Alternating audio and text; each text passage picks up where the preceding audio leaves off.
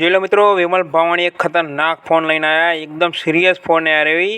હવે આને આપણે રિપેરિંગ કરવાનું હોય, જો આની કન્ડિશન જુઓ તમે। देखा आपने लापरवाही का नतीजा है।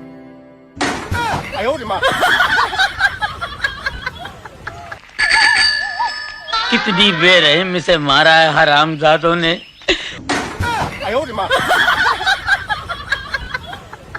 ऐसी ऐसी जगह मारा है जहां मारते हुए आदमी को शर्म आए।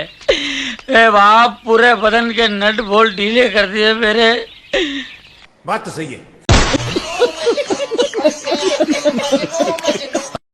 अरे यार, इधर मार रहे हो उधर मारो, इधर नहीं मार रहे हो उधर क्यों मार रहे हो?